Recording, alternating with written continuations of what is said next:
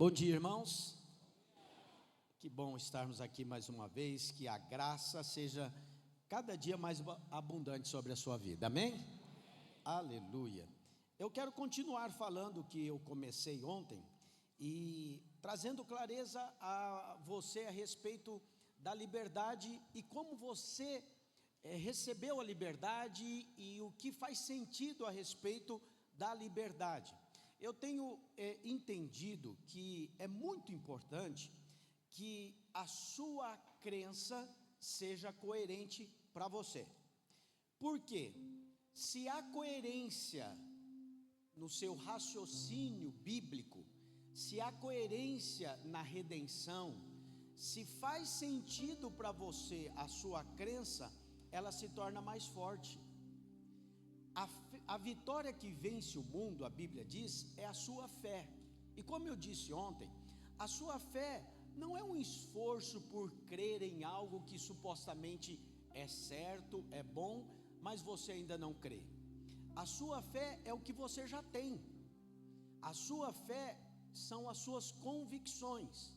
A verdade é que a sua fé pode ser torta, a sua fé pode ser limitada, mas isso é a sua fé.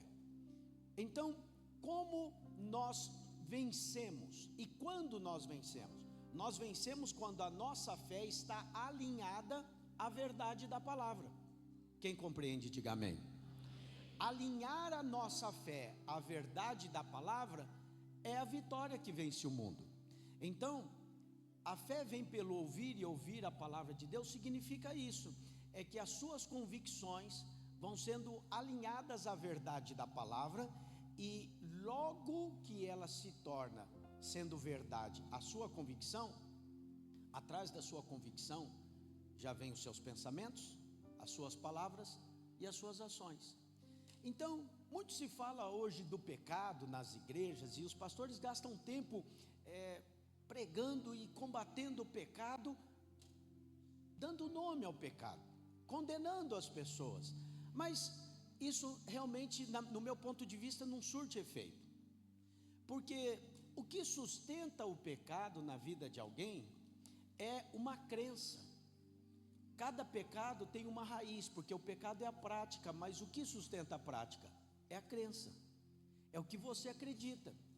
Então, falar do seu pecado, condenar o seu pecado, explicar e berrar aqui o quanto você não deve cometer aquele pecado, é mesmo que atirar pedra, é o mesmo que atirar pedra numa manga, num pé de mangueira.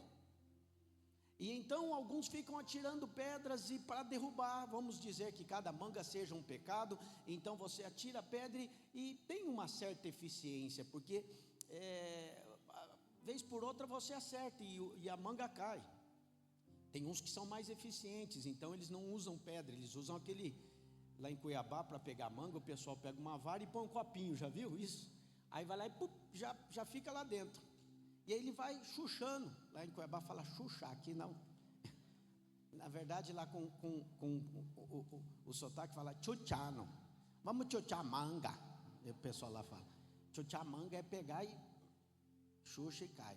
Aí alguém pode ir lá e pegar todas as mangas, uma por uma, mas o que acontece? Vai ficar sem manga nenhuma, só por um tempo, porque o pé de manga está lá. Na próxima estação, manga de novo. Entende? Então preste atenção, assim é o pecado. O pecado, cada pecado, e eu quero já dizer para você que a maior parte dos seus pecados é mau hábito, é só um mau costume seu. Quero desmistificar isso na sua vida hoje, para que você tenha a sua mente renovada. A maior parte dos seus pecados você comete só porque é um mau costume. Existe para cada pecado uma crença que o sustenta. Tira a crença, que a atitude cessa. Diga comigo, é só tirar a crença que a prática acaba. Faz sentido para você? Amém? Agora, a prática, quando eu digo que há liberdade, quando nós dizemos que Cristo já pagou, e eu vou mostrar aqui o sentido do pagamento da dívida, Nós não dizemos nunca que o pecado não tem consequências. Há consequências no pecado, e as consequências são danosas, mas Cristo já te libertou disso, Cristo já tirou você daí. A importância agora é que você, dia após dia, pela renovação da sua mente, vai extraindo as raízes que sustentam cada prática pecaminosa. O problema é que na igreja, normalmente a religião, a nossa, mesmo os protestantes reformados, tem muita influência católica, e a influência católica elencou, os pecados capitais. Ele separou o sistema pecaminoso, e aí falou, esses aqui são os mais horríveis. É claro que existe diferença sim entre pecado e pecado, mas o que isso gerou? Gerou a ideia de que você realmente precisa cuidar dos pecados cabeludos, e esses aí não cometer, mas se faz muita vista grossa para difamação, calúnia, fofoca. Então, coisas que vão normalmente minando a qualidade da sua vida, às vezes você nem dá nome de pecado, mas porque pecado é errar o alvo. Diga comigo, pecar é errar o alvo. No original é hamartia, no grego, errar o alvo. Sabe onde está a sua prosperidade? Em acertar o alvo. A sua prosperidade está em não pecar. Quando você entende que não pecar não é deixar de ter prazer, mas é prosperar, você não quer mais pecar. Porque se você erra o alvo no seu casamento, o seu casamento não prospera. Se você erra o alvo na criação dos seus filhos não são bem criados. Se você erra o alvo na direção da sua vida financeira, você não prospera financeiramente. Então, acertar o alvo ou não errar, nisso está a sua prosperidade. Faz sentido para você? Amém, irmão? Então, a sua mente precisa ser renovada com relação também à nova vida que você tem, que foi livre do pecado. Quando Paulo diz, como nós vamos pecar mais, nós que para o pecado morremos? Nós somos livres disso. Eu sou livre, posso, mas não quero, porque sou livre e posso escolher. Tudo me é lícito, mas nem tudo me convém. Então, para que você entenda como você foi livre, também existe uma verdade bíblica, que precisa ser a sua verdade. E essa verdade bíblica está no poder do sangue. Diga comigo, há poder no sangue de Jesus. Sabe qual é o problema? É que assim como outras frases poderosas, essa foi uma que se tornou comum. O sangue de Jesus tem poder. Aí você vê gente em novela que não sabe de nada a respeito do sangue, repetindo, o sangue de Jesus tem poder. E aí se tornou banal. E aí alguns falam, não, isso aí é frase de pentecostais extremistas. O sangue de Jesus tem poder. Já virou repetitivo demais. Então perdeu o valor. Mas na verdade só perde o valor para aquele que tem essa concepção. O sangue de Jesus é tão poderoso que ele resolveu o problema da humanidade. Mas para que você considere isso, você precisa pensar a respeito. Você já parou para pensar a respeito? Por que tem que derramar sangue? Você nunca parou para pensar? Porque cristãos em geral, falam muito sobre derramamento de sangue. A Bíblia fala sobre derramar sangue. E aí você se envolve nisso e fala, estamos derramando, tem que derramar o sangue é poderoso, eu estou debaixo do sangue. Por quê? Por que o sangue precisa ser derramado? Que sentido que tem isso? Em Levíticos capítulo 17, versículo 11, responde, por que tem que ser sangue? Por que precisou ser sangue para te salvar? Em Levíticos a palavra diz assim, porque a vida da carne está no sangue. eu vou-la tenho dado sobre o altar para fazer expiação pela vossa alma, porquanto é o sangue que fará expiação em virtude da vida. E aí a ordenança mais à frente é, portanto, no versículo 14, portanto, a vida de toda a carne é o seu sangue, por isso tenho dito aos filhos de Israel, não comereis o sangue de nenhuma carne, porque a vida de toda a carne é o sangue, qualquer o que comer será eliminado. Então qual é o sentido do sangue precisar ser derramado? A justiça de Deus. A justiça de Deus, a lei, é a justiça de Deus. Eu sei que nós não estamos debaixo da lei, estamos debaixo da graça. A lei é o ministério da morte, mas a lei mesmo não é a morte, a lei é Deus. A lei é a expressão exata do que é Deus, é a exigência mais alta da perfeição. Então há uma maneira de você ser salvo pela lei. Qual é? Cumprir tudo, ser perfeito. O problema é que ninguém pôde, e Paulo disse que a lei estava enferma. Por quê? Não por ela, mas é porque não foi capaz de salvar ninguém. Ninguém pode ser perfeito, ninguém cumpre a lei, e ela nem foi dada para isso. Ela só foi dada para você ter certeza que não consegue cumprir. Infelizmente ainda tem um monte de irmão tentando até hoje, é verdade ou não é? Mas eles acham que pode porque eles excluem uma grande parte dela. Só pega aquele, como eu disse, os pecados mais cabeludos. Mas então preste atenção, que a lei dizia? A justiça de Deus é assim: olho por olho, dente por dente, vida por vida. Faz sentido? O que é justiça? Você matou, Osmar, vai morrer. Matou, tem que morrer. Faz sentido ou não? Claro que faz. Isso é justiça. Porque se alguém vai para um juiz, assassino confesso, e o juiz fala: olha, eu sou um juiz justo, está certo que você matou essa mãe, deixou 10 meninos órfãos, mas vou relevar. Esse juiz é justo? Não. A justiça de Deus é assim. E tem muitos irmãos que falam assim: vocês pregam muito a graça, mas não conhecem a justiça. A justiça de Deus. A justiça de Deus mata. Quantos? Todos que pecam. Quantos são? Todos. Qual é o sentido então? O sentido é que a justiça de Deus só se satisfaz com justiça. E a partir do dia que Deus profetizou lá no Éden, como eu disse ontem, que o Filho viria para resolver o pecado da humanidade, a partir dali, representantes eram mortos, que eram os cordeiros, que eram sem defeito e sem culpa, para cobrir. E Hebreus diz, não tinham poder de retirar o pecado. Você imagina por que o sangue de um animal não tinha poder de retirar o pecado?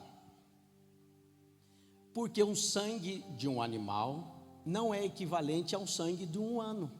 Eu sei que hoje nós vivemos no tempo em que os pets são tão importantes, né? E aí o pet é meu filho. Minha filha chama o cachorro dela de meu filho. Filha. Eu fico olhando, achando engraçado. É bom ter carinho, mas nunca um cachorro vai valer como uma pessoa. É verdade ou não é? Jesus não veio para morrer por cachorro, nem por vaca, nem por gatinho seu, por mais bonito que ele seja. Ele veio morrer por gente.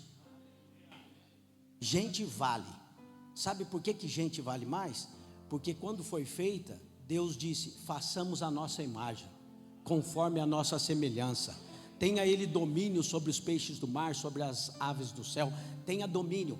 Você foi feito à imagem e semelhança de Deus. Cachorros não. Então o cordeiro que morria era um tipo de Cristo. Era como se fosse um cartão de crédito sendo passado, que ainda não chegou a fatura. Está passando. E esse cartão de crédito foi sendo passado ao longo do tempo. Mas um dia o Cordeiro de Deus que tira o pecado do mundo apareceu e ele pagou toda a fatura. Diga comigo: o Senhor pagou toda a fatura. Esse é o entendimento que tem que fazer sentido para você. Então veja, se o sangue de um homem paga o sangue de outro homem, está feita a justiça, está resolvido o problema. Então como é que Deus resolve o problema? Deus resolve o problema enviando o seu filho, que agora é homem, sem pecado, porque nenhum homem tinha o sangue puro, todos foram infectados com o veneno da serpente. Por isso está escrito: todos pecaram e destituídos estão da glória de Deus. E aí, como todos pecaram, nenhum homem poderia derramar sangue puro pelos outros homens, nenhum sequer. E então, nascido da virgem pelo Espírito Santo, que não tem pecado, nasceu, cresceu e agora derrama o sangue dele, que é equivalente. O sangue de Jesus é equivalente ao seu, sim ou não? Não, não é sangue por sangue, é o sangue do próprio Deus por toda a raça humana. Preste atenção, o sangue de Deus em Cristo sendo derramado, ele é maior do que os pecados somados desde Adão até o último homem que vai existir, em todo o tempo, em todos os lugares do planeta. Esse é o tamanho do sangue do Filho de Deus.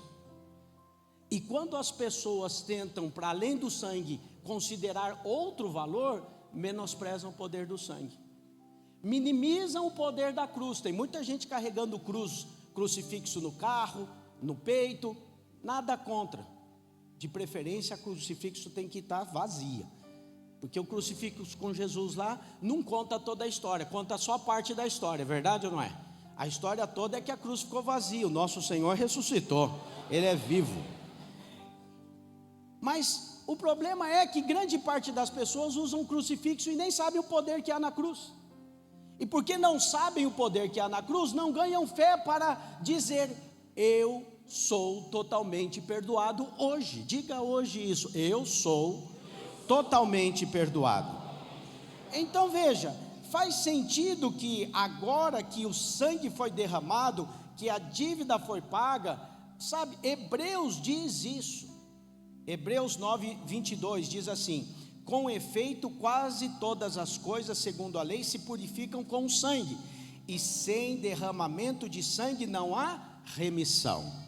Ou seja, só pode ser pago, remissão é, você foi redimido, você foi comprado, alguém pagou a sua dívida, alguém pagou a sua culpa, e aí essa culpa que era sua agora não é mais. Por isso você morreu, como eu disse ontem, agora tem liberdade, porque você não tem mais a morte, você foi livre da morte, você foi livre do inferno, você foi livre da condenação e você foi livre da culpa. Você precisa saber disso, porque a vida de alguém que vive debaixo de culpa é ruim, mas a vida de alguém que não tem culpa mais, porque o sangue pagou, ela é muito boa, ela é leve. A sua vida, você foi chamado em Cristo Jesus para viver uma vida leve no Senhor, sem culpa, sem condenação. Mas infelizmente os nossos irmãos estão todos os domingos se reunindo para falar da culpa, e aí os pastores ficam culpando as pessoas, e o povo já está tão acostumado a apanhar que eles gostam, e eles gritam lá: fala, Jeová! É ou não é? Fala mesmo, papai, bate nele. E é divertido, crente é divertido, mas é trágico. São filhos amados, mas não vivem assim. Vivem como crianças assustadas, sempre com sentimento de condenação, só por um único motivo: não conhece o poder do sangue. Menosprezam a cruz, menosprezam a verdade da palavra. O Senhor te ama tanto e amou tanto a todos, que providenciou desde o primeiro homem, desde que o pecado entrou no mundo, Ele providenciou a salvação. Você crê nisso, amém, irmão? Crer na bondade de Deus é chave para você. E o sangue é poderoso. A Bíblia diz que quando Abel foi morto por seu irmão Caim, o sangue dele foi derramado e falou. Você já leu isso? Está lá em Gênesis capítulo 4, versículo 10. Olha o que diz. Gênesis 4, 10. E disse Deus: que fizeste? A voz do sangue do teu irmão clama da terra a mim. Que o sangue do irmão de Caim estava clamando? Você imagina? Aqui a Bíblia não fala, mas Deus falou: o sangue do seu irmão está clamando. Que o sangue de Abel estava clamando? Justiça. Uma injustiça foi feita. Ele levou sangue diante do Senhor. O culto dele foi aceito, o de Caim não foi. Mas Deus falou para ele: faz certo que você será aceito. O mal está à sua porta, a ti cumpre dominá-lo, enfim. Mas Caim se revoltou contra o irmão e injustamente derramou o sangue dele. E o sangue dele falava justiça. Mas em Hebreus, no capítulo 12, versículo 24, o autor de Hebreus fala de um outro sangue que também fala. E ele diz: e a Jesus, o mediador da nova aliança, e ao sangue da aspersão, que fala coisas superiores ao que fala o próprio Abel. Aleluia. Quais são as coisas superiores que o sangue da aspersão fala que é maior? Coisas superiores que fala o próprio Abel. O sangue de Abel dizia: justiça tem que ser feita. O sangue da aspersão diz: a justiça foi feita. Por isso que você é justiça de Deus em Cristo Jesus. Você é chamado de justiça de Deus em Cristo Jesus. Na cruz, a justiça e o amor se beijaram, porque Deus, Ele é amor, mas é também justiça. E Deus não abre mão da justiça para exercitar o seu amor, para manifestar na sua direção. Então, porque Deus amou o mundo de tal maneira, na cruz do Calvário, amor e justiça se encontraram e se beijaram. O próprio Deus morreu por você, e Ele pagou a sua dívida. Diz para o irmão que está do seu lado: pagou todinha, toda a sua dívida, não ficou nada para trás. E aí, sabe, talvez você diga assim: pastor, mas eu não entendo muito bem, não faz sentido. Para mim, ótimo, está tudo claro, a questão do sangue, o sangue de Jesus foi derramado, a dívida foi paga, muito bom, está ótimo isso. Mas na prática, pastor, o que eu tenho que fazer? Eu tenho que fazer de conta? Eu tenho que fazer de conta que não peco mais, que fui livre do pecado? Porque eu sou livre do pecado. O Senhor, Apocalipse diz que o sangue nos livrou do pecado. Então, se eu sou livre do pecado, por que cometo pecado? É uma boa pergunta. E se isso não ficar resolvido na sua cabeça, você crê, mas você não crê o bastante. Por quê? Porque tem uma dúvida ali. Você entende que a sua fé precisa ser coerente? Diz comigo: a minha fé precisa ser coerente. Coerente para quem, pastor? Para você mesmo, não é para os outros. Ok, para os outros também é boa, porque se você tem uma fé coerente, quando você é indagado, você coloca com firmeza, clareza e uma fé embasada. Mas em primeiro lugar, a importância da coerência da fé tem que ser sua, porque essa é a fé consistente, a fé que faz sentido, a fé que você olha e fala: é isso, não pode ser outra coisa, eu sei que essa é a verdade. Então, para o que Jesus morreu? Romanos capítulo 6, versículo 10, diz assim: pois quanto a ter morrido, de uma vez para sempre, morreu para o pecado, mas quanto a viver, vive para Deus. Diga comigo: morreu para o pecado. Porque Jesus morreu para o pecado, Paulo declara em Romanos 8:1: agora, pois, nenhuma, o quê? Condenação há para aqueles que estão em Cristo Jesus. Veja, Paulo não disse: agora, pois, nenhuma tentação há para aqueles que estão em Cristo Jesus. O que Paulo não disse? Paulo também não disse: agora, pois, nenhuma influência há para aqueles que estão em Cristo Jesus. Nenhuma influência do pecado. Não disse isso. Por quê? Porque Jesus Cristo não morreu para a influência do pecado. Precisa fazer sentido para você. Porque alguns pensam que Jesus foi tentado como nós somos. Não foi. Não faz sentido. Você é tentado num estado pecaminoso. O pecado já vem dentro do ser humano. Jesus não tem pecado. Quando ele vê o diabo, ele diz: vem aquele que não tem nada em mim e eu não tenho nada nele. Jesus é sem pecado. Quem concorda, diga amém. Amém. Nunca pecou. Ele não teve influência do pecado. Eu sei que o ensino católico diz que Jesus sofreu todas as influências do pecado sobre ele. Você fica pensando e talvez você diga assim: pastor, Jesus foi tentado.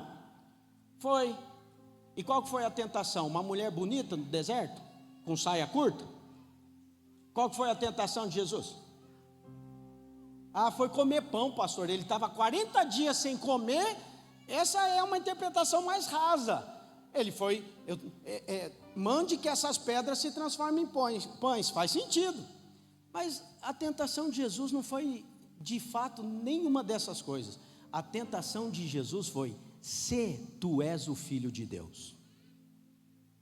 A tentação sempre será na sua direção, colocando em xeque a sua identidade. O diabo sempre vai colocar em xeque a sua identidade. Sabe por quê? Porque se a sua identidade não está abalada, você vence. Se a sua identidade não é abalada, é uma certeza sua, então quem você é? Você simplesmente, como eu disse ontem, é filho do dono do mundo. É bom para você pensar assim? Você só não está muito feliz ainda, você está pensando, tá bom, pode continuar pensando, está certinho. É que você não acredita mesmo nesse negócio. Você fica pensando assim: será que eu sou? Pensa mesmo. Porque ficar repetindo igual papagaio uma coisa, mas vivendo outra, não faz sentido. Se é filho de Deus, é forte. Se tem o Espírito dentro do próprio Espírito, que é o Espírito do Todo-Poderoso, é muita coisa. É muito grande. É muito poderoso. Então, tem que fazer sentido a morte de Cristo e o sangue que foi derramado. Porque quando você fala: morri para o pecado, mas o pecado está ali na sua porta toda hora, e você fala: uai, o que aconteceu? Sabe a primeira coisa que acontece? O diabo vai tentar colocar em xeque a sua identidade. Porque foi essa também a tentação de Cristo. Se tu és o Filho de Deus.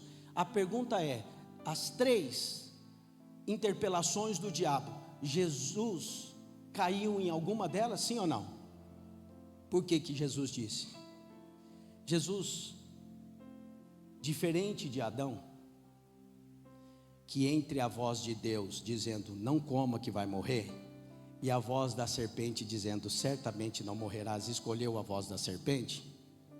Jesus, diferente de Adão, porque ele é o último Adão, diz a palavra, ele olha para Satanás fazendo a pergunta, e ele lembra do pai no Jordão dizendo: este é meu filho amado, em quem eu tenho prazer. E ele fica com a voz do pai. Eu vim aqui hoje para te dizer: fique com a voz do pai. E Jesus não precisa provar. Ele diz: não só de pão viverá o homem, mais do que? De toda palavra que sai da boca de Deus. Ele diz: a palavra do meu pai vale. Cada momento em que a palavra de Deus vale para você, você vence.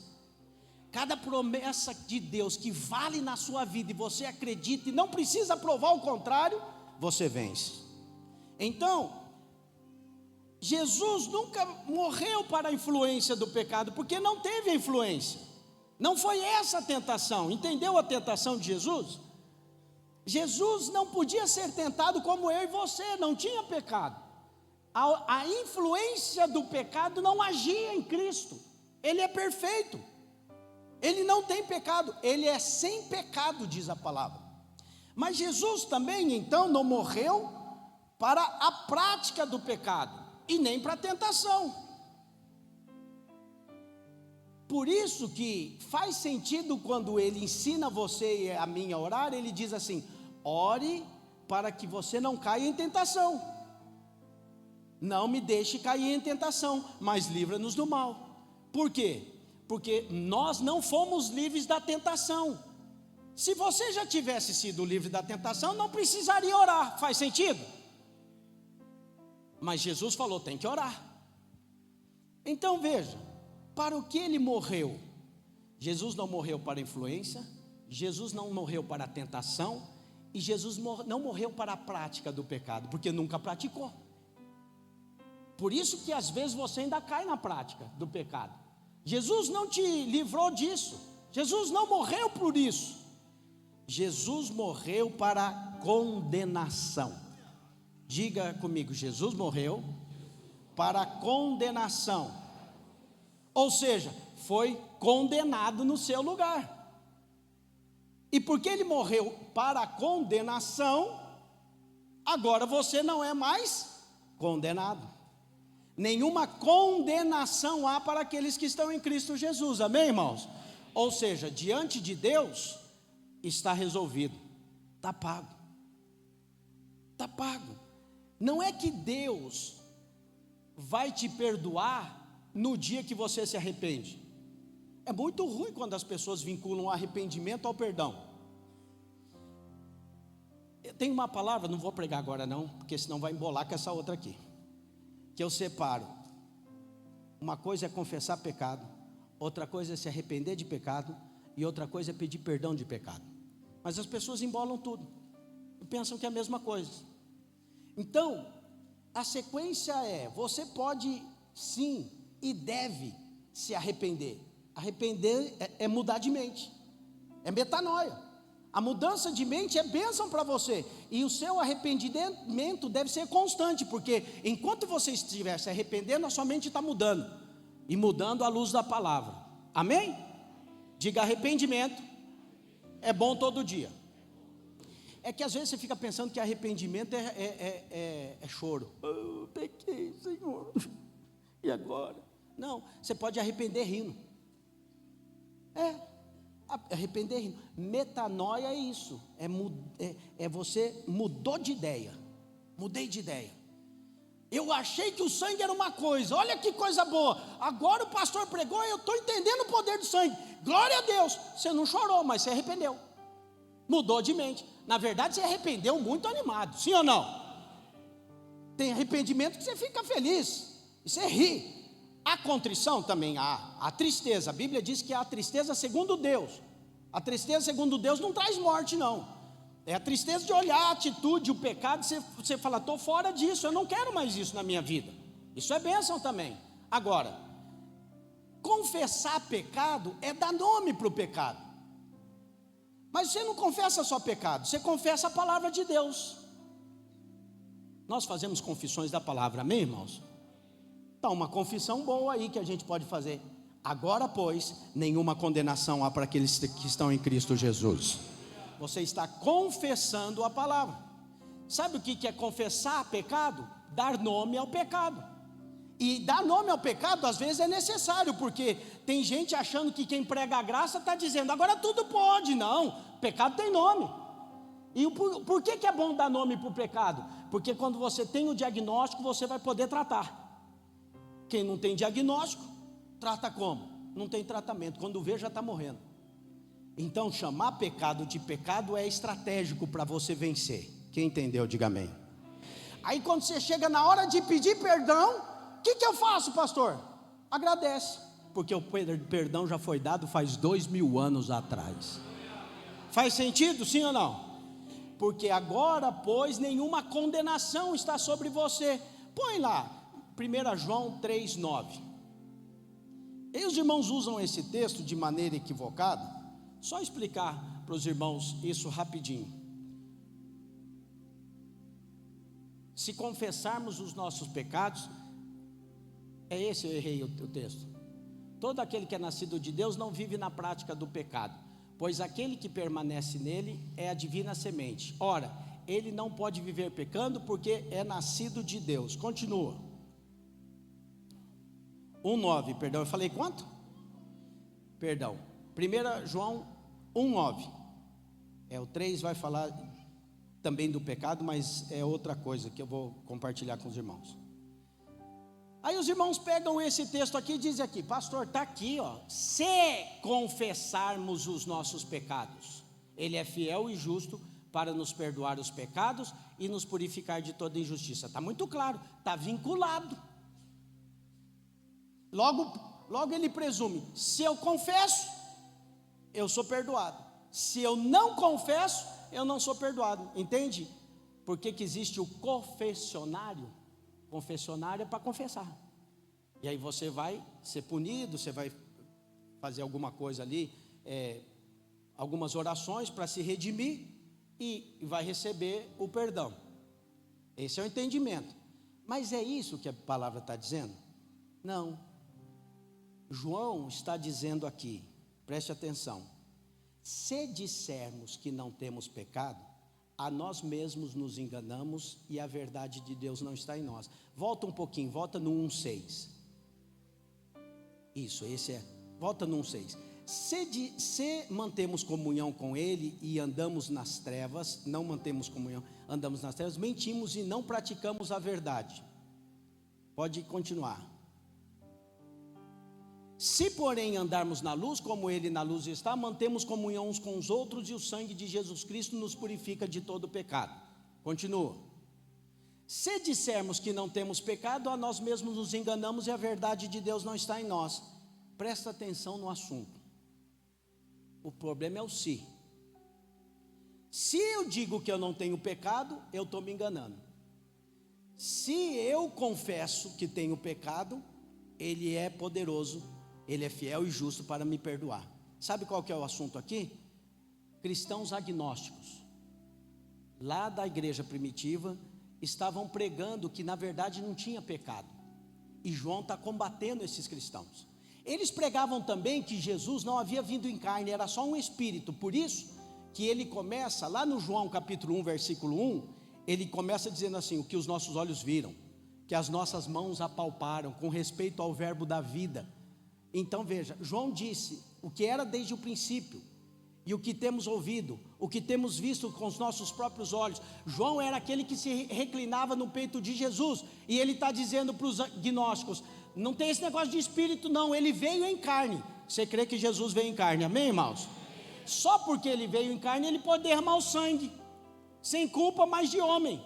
Ele entrou pela mesma porta que todos os homens entraram no mundo, nascido de mulher. Ele fez isso porque ele me amou e ele te amou.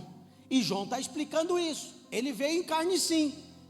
Esse Deus agora se tornou gente, é homem. Meu olho viu, minha mão apalpou, para desmentir o que os gnósticos estavam falando. E os gnósticos estavam falando que não tinha pecado também. O assunto aqui é, se dissermos que não temos pecado, a nós mesmos nos enganamos, e a verdade de Deus não está em nós. Se confessarmos, quem entendeu os seis? É uma sequência de pelo menos 6 versículos. E aí quando chega no versículo 9, põe no 9 fazendo um favor. Ele diz, se confessarmos os nossos pecados, Ele é fiel e justo.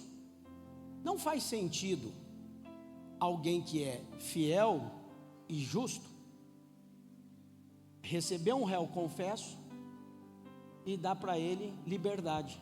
Faz sentido? Então você precisa entender o que João está falando.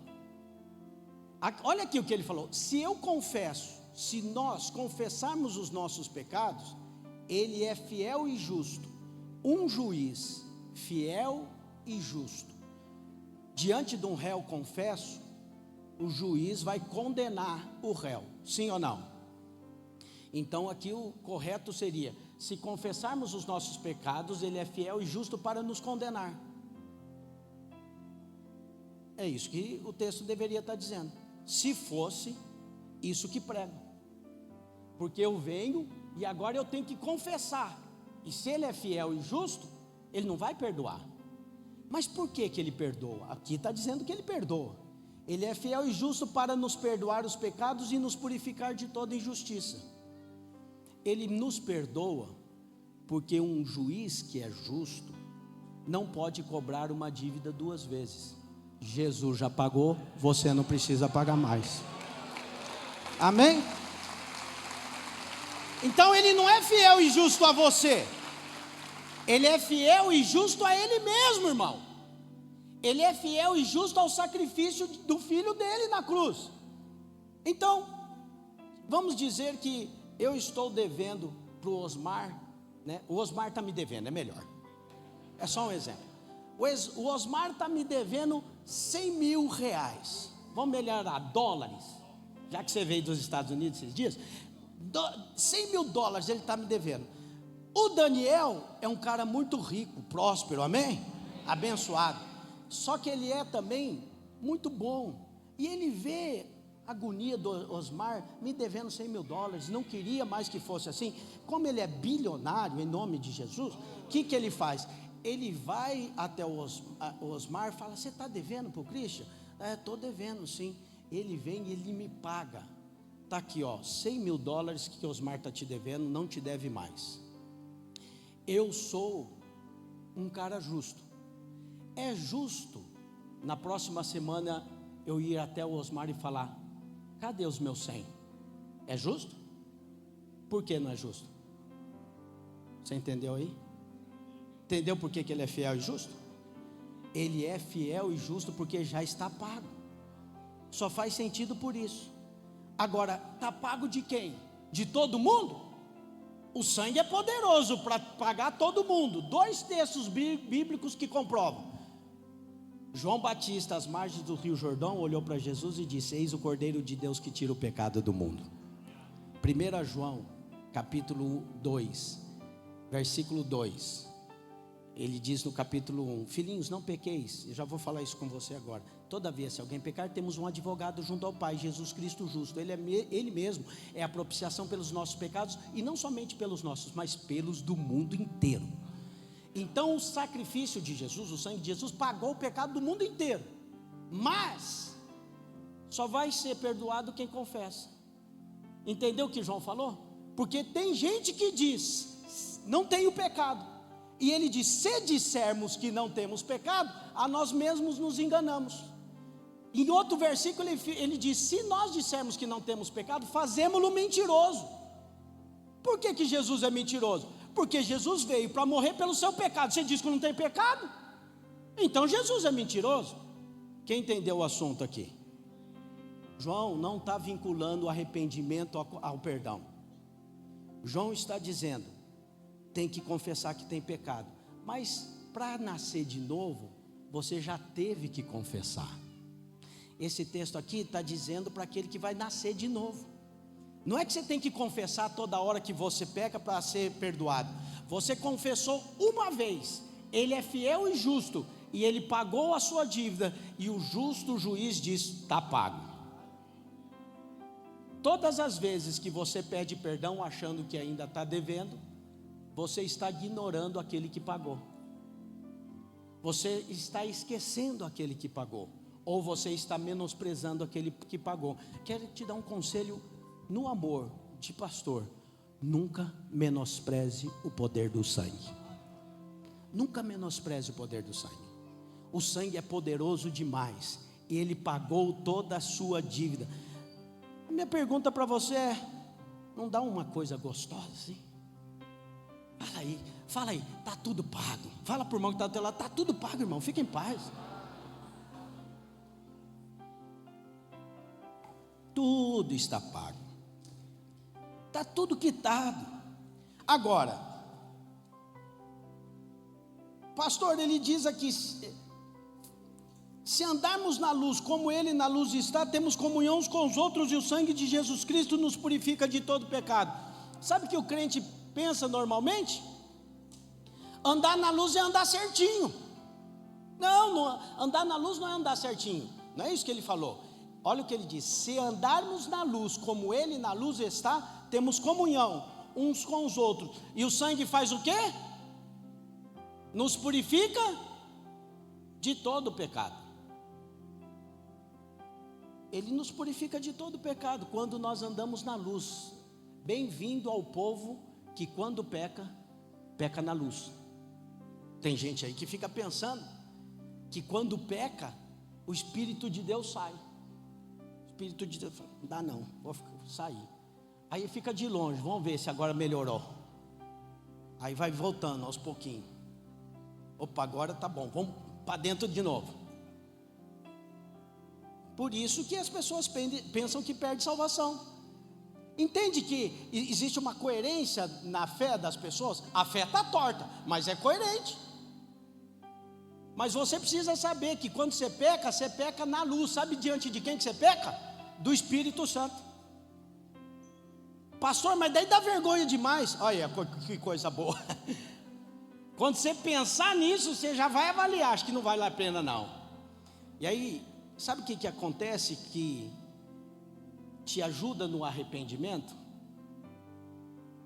Não é eu vir aqui falar para você que quanto você é errado quando você peca. O que te ajuda no seu arrependimento é eu vir aqui e contar quanto Deus te amou mesmo você tendo pecado. Ele viu todos os seus pecados, do começo até o fim. Viu ou não viu? Ele te amou. Mesmo assim ele morreu por você. E Paulo, sabendo disso, sabe o que ele diz? Vocês ignoram que é a bondade de Deus é que nos conduz ao arrependimento? Então não é eu falar mal do seu pecado que você vai se arrepender. É você saber o quanto você foi amado. Na hora que você pecou, você tem que lembrar, Jesus morreu por esse pecado aí, pagou a minha dívida. Nossa, não deveria ter pecado.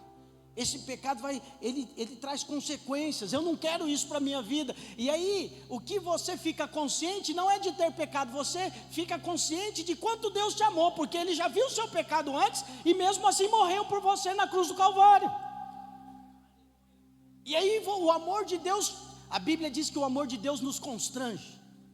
Você fica constrangido com tanto amor, porque tem hora que nem você está gostando de você. É verdade ou não é? As irmãs de TPM que o digam. Tem hora que a irmã quer fugir dela mesma. Mas essa hora você lembra, Deus me amou mesmo assim, olha só. E Ele continua me amando. É um equívoco você pensar que o seu pecado assusta Deus. Tem gente que acha que Deus vai falar, Daniel, não esperava isso de você, Daniel. Você, tão bonitinho, pastor. Você acha que você assusta com o pecado dos outros? Deus não. Deus não assusta com o seu pecado, porque Ele já sabia. Ele já sabe. Até os que você vai pecar ainda, Ele já sabe, sim ou não. Ele sabe de tudo. Quanto mais você pensa nisso, mais você começa a ver o tamanho do amor de Deus por você. Ele te ama apesar de você. Ele me ama apesar de mim. Então, qual é o propósito do João dizer essas coisas? Qual é o propósito de ensinar essas coisas para as pessoas? Ah, pastor, porque o crente religioso fica pensando, pastor, agora os crentes vão começar a pecar. Cuidado com essa pregação. Esse é o propósito? Não. João diz aqui no capítulo 2, 1 João, capítulo 2, versículo 1. Qual é o propósito dele dizer? Filhinhos meus, estas coisas vos escrevo para que não pequeis. Filhinhos meus, estas coisas vos escrevo para que não pequeis. Se todavia alguém pecar, temos um advogado junto ao Pai, Jesus Cristo justo. Ele mesmo é a propiciação pelos nossos pecados, e não somente pelos nossos próprios, mas pelos do mundo inteiro. Amém, irmão? O propósito aqui é duplo. Qual é o propósito? Primeiro, diga não pecar. E quando pecar, é não viver condenado, não viver acusado. Esse é o duplo propósito. Está aqui? Está escrito ou não? Filhinhos meus, essas coisas vos escrevo para que não pequeis. Mas, o que vem depois? Se todavia alguém pecar, é possível que peque, sim ou não? Está escrito aí, ué. Ele está falando. Agora, se pecar, irmão, está perdido. É isso? É isso que ele está falando aí? Não, se pecar, você vai ficar na geladeira muito tempo. Se você pecar, haja procissão para você. É isso? Não. Se pecar, ele diz, está resolvido, em outras palavras. É muito ruim falar para crente, se pecar está resolvido, né? Você fica pensando, pastor, você não prega esse negócio não, pastor. O que você está pregando? Ele disse aqui, se você não está enxergando, eu vou te mostrar. Se pecar, está resolvido. Se pecar, todavia, se alguém pecar, temos o quê? Junto de quem? Quem é ele? Ele é o? Ele é o justo. Ele é o que pagou, irmão. Ele é o que pagou. Lá em Apocalipse fala assim, foi preso o acusador dos nossos irmãos, aquele que os acusava de dia e de noite. Sabe quem é? Satã, Satanás. Ele é o acusador. Sabe o que ele faz? Ele nos acusa de dia e de noite. Em Apocalipse diz assim, diante de Deus. Ele não te acusa para sua vizinha, não. Ele não te acusa para o seu patrão, nem para o seu marido. Ele te acusa diante de Deus. Aí o Satanás vai lá a te acusar diante de Deus. E quando você peca, você tem um advogado lá junto ao pai. O advogado é o irmão, o pai é o juiz, e você está em família. Está tudo bem. Fala para o irmão que está do teu lado, está tudo em família, irmão. O advogado junto ao pai é Jesus Cristo, ele é o justo, e ele te defende, não argumentando. Olha, ele se esforçou, é que a irmã é muito bonita. É esse o argumento de Jesus? Não. Olha, ele não é ladrão, mas é que era muito dinheiro, estava muito fácil. É isso que Jesus argumenta diante do Pai? Não, Jesus só tem um argumento diante do Pai: está pago. Ele pecou, mas eu já paguei. Faz sentido para você? O está consumado tem mais poder do que você imagina. O está consumado tem um resultado na sua vida, e o resultado Jesus não escondeu de ninguém. Sabe o que ele falou? Deixo-vos a paz. A paz não é abraçar a Lagoa Rodrigo de Freitas, soltar pombinha branca e vestir camiseta branca. A paz é a paz com Deus. Jesus disse: eu deixo-vos a paz com Deus, porque não tem mais dívida, eu já paguei tudo. E se você está em paz com Deus, você tem tudo, porque se Deus é por nós, quem será contra nós? Eita, sua vida é boa demais. Sua vida é muito abençoada, porque você é filho amado, não tem mais dívida, e Deus é por você. E Deus te abençoa. O negócio de ser filho amado é poderoso demais, irmão.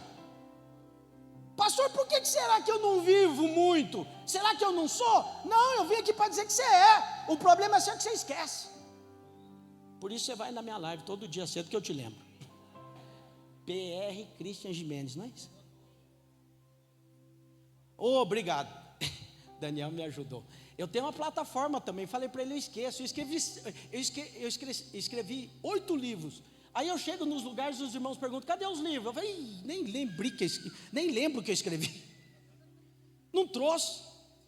Aí ele me lembrou que eu tenho a plataforma também, escrito novamente, porque Deus me deu um encargo. Sabe qual que é o encargo? Renovar a mente das pessoas.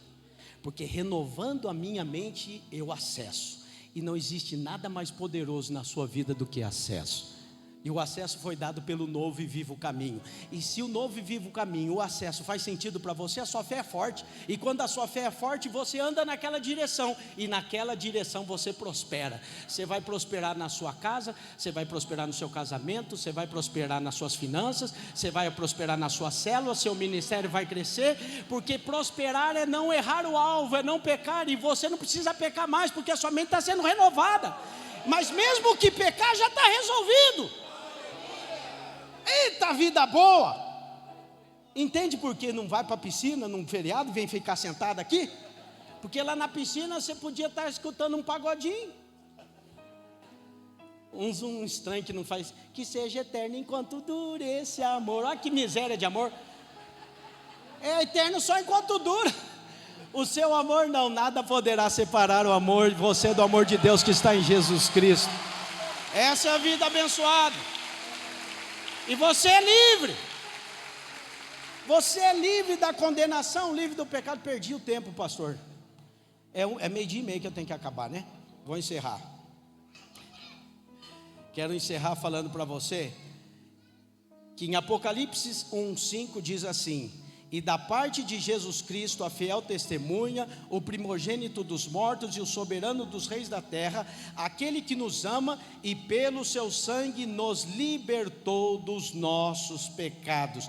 Diga, nos libertou dos nossos pecados. É porque tem gente que diz assim, ó, o sangue de Jesus Cristo, ele pagou o pecado original. Já viu isso, pastor? É só o pecado original. Os seus pecados, depois que você comete, depois que aceitou a Jesus, você vai responder por eles lá no tribunal de Cristo. Não, irmão, não vai não. Sabe por quê? Porque pecado diante de Deus, você não vai responder, não tem resposta. Pecado é morte, é punição. Só que não sobrou nenhum para você responder diante de Deus. Cristo pagou todos. Pastor, o que eu vou levar diante de Deus no tribunal? Bem-aventurados os que desde agora morrem no Senhor, para que descansem das suas fadigas, pois as suas obras os seguirão. O que você vai levar são as obras. Paulo diz, cada um veja como edifica, se com madeira, feno e palha, ou ouro, prata e pedras preciosas.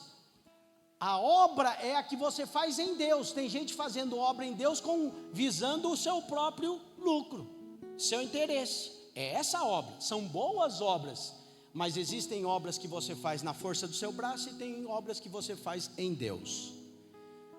Você é convidado a viver uma vida não de esforçar-se para ser, porque ninguém se esforça para ser filho. É verdade ou não é? Por acaso quando você nasceu tinha uma plateia lá para te aplaudir? Nasceu! Campeão, vencedor. Tem? Não. Parabéns para sua mãe. Parabéns para o seu pai. Parabéns para sua mãe que vai ficar sem dormir e já ficou antes, eu não é? Que vai ter o corpo tudo mudado por conta de você. Eu sei que tem aquela historinha boba, né? Você era um entre milhões de espermatozoides, você foi nadando e você chegou. Ah, conversa fiada, irmão. Você só nasceu. Você nem fez força para nascer. Por isso que você deve a sua vida para o seu pai e para sua mãe. Não interessa quem eles são e o que eles fazem. Você deve. Você deve para o seu pai e para sua mãe só aquilo que você tem de mais precioso, que é a sua vida. E aquilo que você tem de mais precioso é o que o Senhor te deu, e Ele te dá de graça. Porque assim como o seu pai e a sua mãe, quanto você pagou para nascer? Diga nada. Normalmente é assim. As coisas que mais valem na vida não tem preço. Por isso você não paga, você só desfruta. Que o Senhor traga para você revelação do quanto é bom viver com Ele. Que o Senhor amplie a sua mente para que você, em cada palavra, cada ministração, que Ele está mais perto dEle, não longe dEle. Não corra de Deus, corra para Deus, irmão. Ele é o seu escudo, Ele é o seu socorro bem presente na angústia. Ele é quem te ama, Ele é quem sabe qual é o seu valor. Ele te amou primeiro, e Ele continua te amando.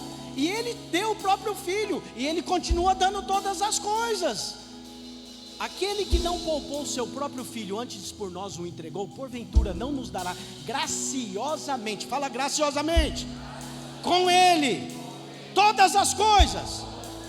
Sabe o que significa no original todas as coisas? Todas as coisas. Você é rico, hein? Abençoado, favorecido, não morre mais, vai para a eternidade. Dia após dia o Senhor vai acrescentando na sua vida a fé, Dia após dia o fluir do Espírito está sobre você. E quanto mais você se debruça na palavra e renova a sua mente, mais você encontra a perfeita vontade de Deus na sua vida. Eu quero profetizar algo sobre você essa manhã. E eu quero declarar que a sua vida daqui para diante vai ser uma rotina diária de manifestar o fruto do Espírito. E o seu homem interior será tão sustentado e tão abastecido e tão cheio da virtude divina, que você vai experimentar todos os dias a alegria, a paz, o amor, a bondade, a longanimidade, a mansidão, a temperança, o domínio próprio. Todas essas coisas elevam o padrão da sua existência e fazem a sua vida valer a pena. Vale a pena demais ser filho de Deus. Vale a pena demais ter o Espírito Santo. Vale a pena demais viver uma vida cheia da glória e da unção do Senhor. Enchei-vos do Espírito, porque o Espírito é que eleva o padrão da sua vida. O Espírito é que te fortalece. O Espírito é que flui, e do seu interior fluem rios de água viva. Você é um canal desobstruído da glória de Deus. Sabe qual é a minha opinião? Sorte de quem está do teu lado, porque você vai transbordar e o amor de Deus será visto através da sua vida. Bênção para a sua casa, porque você vai viver o melhor de Deus e quem está junto vai viver também. Bênção para a sua família, porque onde a abundância da graça do Senhor, as pessoas percebem. Eu tenho alegria, e eu posso dizer para você, sempre fui filho de pastor, sabe? Eu tenho compaixão daqueles filhos de pastores que dizem: a igreja tirou muito do meu pai. Meu pai sofreu, a igreja nos machucou. Tem muitos assim. Eu não. Meu pai sempre me ensinou a amar ao Senhor sobre todas as coisas, amar a obra de Cristo e entender que é privilégio meu fazer parte da igreja de Cristo. Não me lembro na minha infância de domingo estar em outro lugar que não fosse o culto e a escola dominical. E eu sou feliz até hoje. Sabe por quê? Porque eu tenho o Espírito da vida dentro de mim. Eu tenho alegria até hoje, porque o Espírito da vida. Eu não sou feliz pelas circunstâncias. As circunstâncias, elas mudam. Um dia é feliz, outro dia é triste, um dia tem problema. Mas eu sou feliz com Jesus, o meu Senhor. Não existe nada melhor do que ser amigo de Deus. Não existe nada melhor do que ser amigo de Deus, porque é dentro, é de dentro para fora. Hoje o Espírito de Deus diz a você, Ele quer ampliar o relacionamento que Ele tem com você. Não é um esforço religioso, não é uma rotina difícil para tentar cumprir exigências. É um prazer imensurável. É poder falar com Deus, é poder ter acesso. Pastor, eu tenho que orar? Não, mas pode, porque Ele sempre estará lá. Esses dias eu estava viajando sozinho para o interior, e aí o Senhor falou comigo. Eu falei, eu estou sozinho, ouvindo uma canção. Comecei a ficar tão cheio do Espírito, e comecei a falar em língua e chorar dirigindo sozinho. E aí eu falei, o que aconteceu de bom? Pensei, nada, está tudo normal. Aí o Espírito falou, é porque estamos juntos. Estamos juntos. Que você acorde pela manhã, em vez de pensar num monte de problema seu, olha para o Espírito da vida e diga, estamos juntos. Obrigado, Senhor. Graças a Deus. Graças a Deus pela vida. Graças a Deus pelo perdão. Agora, pois, nenhuma condenação há para aqueles que estão em Cristo Jesus. A paz de Deus reina no seu coração, e o Espírito da vida te conduz a uma vida tão elevada que, como eu disse ontem, é uma loucura pensar a vida sem isso. Vida sem Deus não existe para mim nem para você. Amém? Fique de pé no seu lugar. Hoje eu quero que você feche os seus olhos por alguns instantes e lembre que todos os seus pecados já foram cravados na cruz do Calvário. Diga comigo: todos os meus pecados já foram pagos na cruz do Calvário, quando Jesus Cristo derramou o seu sangue. Você crê nisso? Agora respira fundo, que você está em paz. Não há mais condenação para você. Você é livre do pecado, você é livre do erro. Mas muito mais do que isso, você tem o próprio Espírito de Deus dentro do seu espírito. Maravilhoso conselheiro. E amanhã, o dia que você não souber o que fazer, você diga: maravilhoso conselheiro, qual é a sua direção? E aí Jesus disse, a palavra, a promessa é: não haverá necessidade que ninguém os ensine, porque o próprio Espírito os ensinará todas as coisas. Então, por alguns instantes, feche os seus olhos e agora desfruta do Espírito. Se o desfrutar do Espírito é chorar, chore. Se o desfrutar do Espírito é falar em línguas, fale. Se o desfrutar do Espírito é gratidão, agradeça. Faça do seu jeito, porque você é livre. Mas faça, porque não existe nenhum ativo maior na sua vida do que a presença, do que o acesso. O acesso ao Senhor. Enquanto os nossos irmãos louvam, você vai tendo acesso, vai desfrutando do acesso, vai conversando com o seu Pai que te ama, vai desfrutando da unção.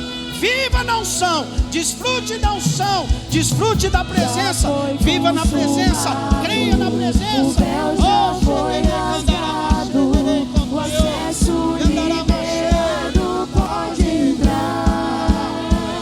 Aleluia.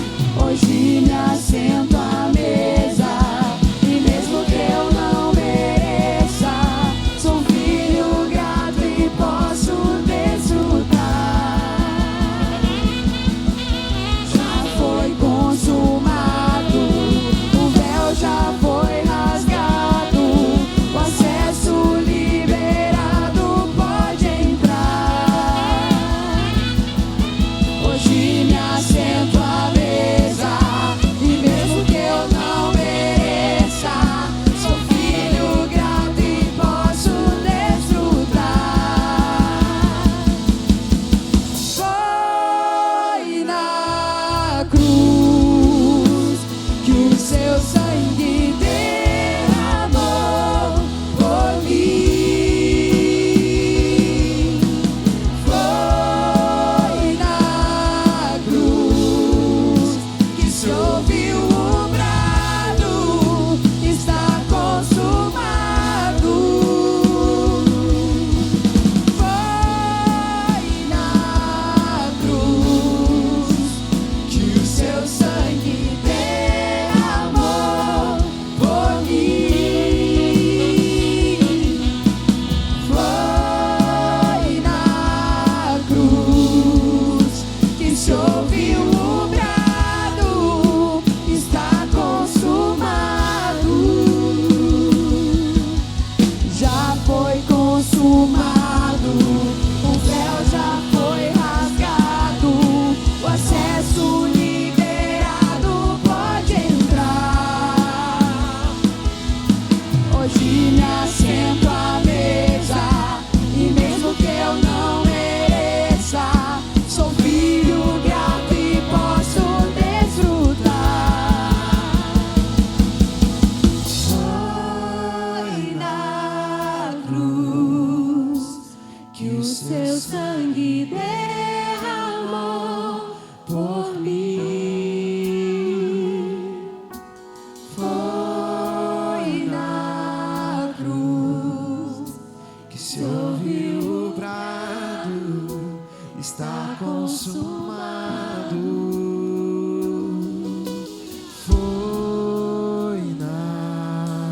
Declare essa verdade, querido.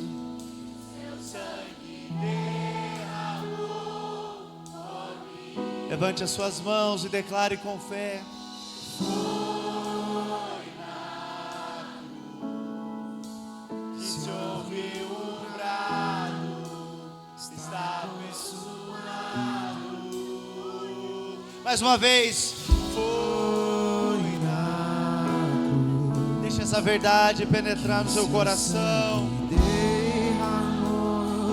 O sangue de Jesus fala que você é perdoado, amado, favorecido.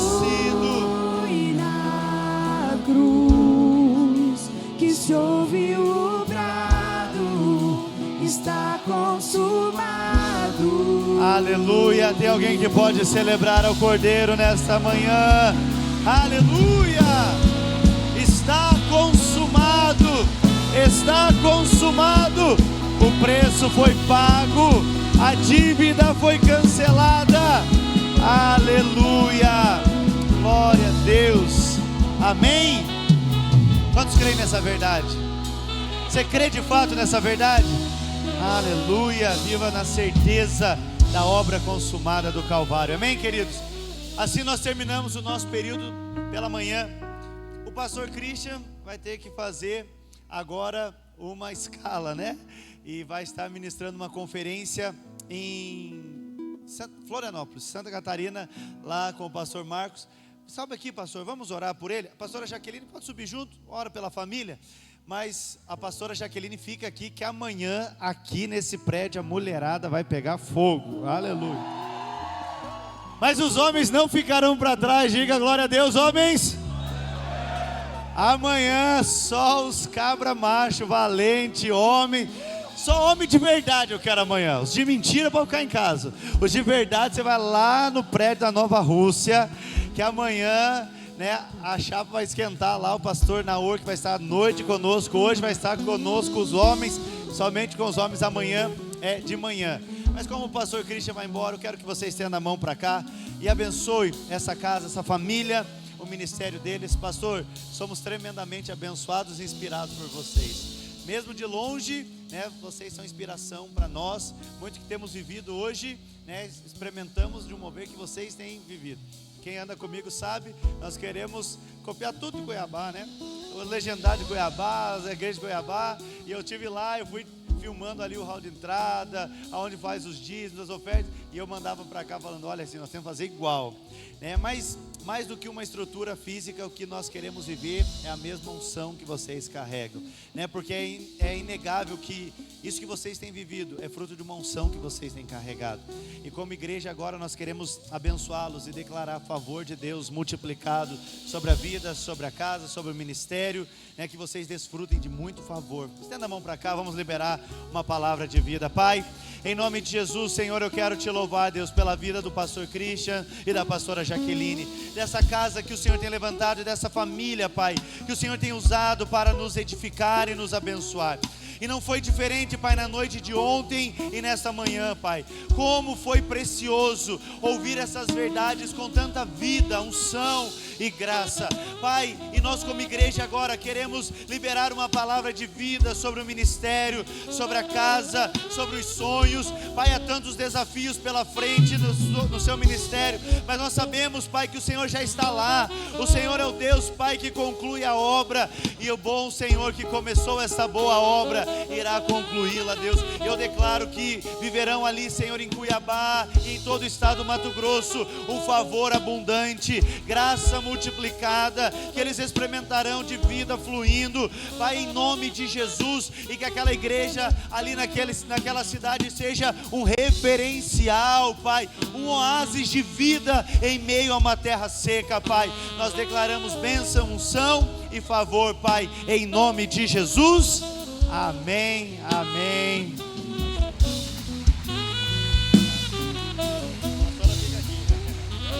Amém. Então, só lembrando você, amanhã, o período da manhã vai ser os homens na Nova Rússia, as mulheres aqui. Mas hoje à noite ainda nós vamos ter um período poderoso. Hoje à noite nós teremos duas palavras, pastora Marília e pastor Naor Pedrosa vai estar aqui hoje. Você não pode faltar. né? Vai ser poderoso, né? Eu quero desafiar você a vir com expectativa no seu coração daquilo que Deus irá fazer, amém? Olha aqui para mim, lembrando, na programação está 18h30, nós vamos começar às 19 horas, porque vai ter o jogo do Operário aqui, então nós vamos começar às 19 horas, mas 19 horas em ponto. Então saia da sua casa às 18h30, já vai ter saído o pessoal do estádio, você chega aqui com tranquilidade, para nós termos um tempo de avivamento, unção e glória do Senhor neste lugar. Hoje o céu vai descer, ficar baixinho aqui à noite, amém?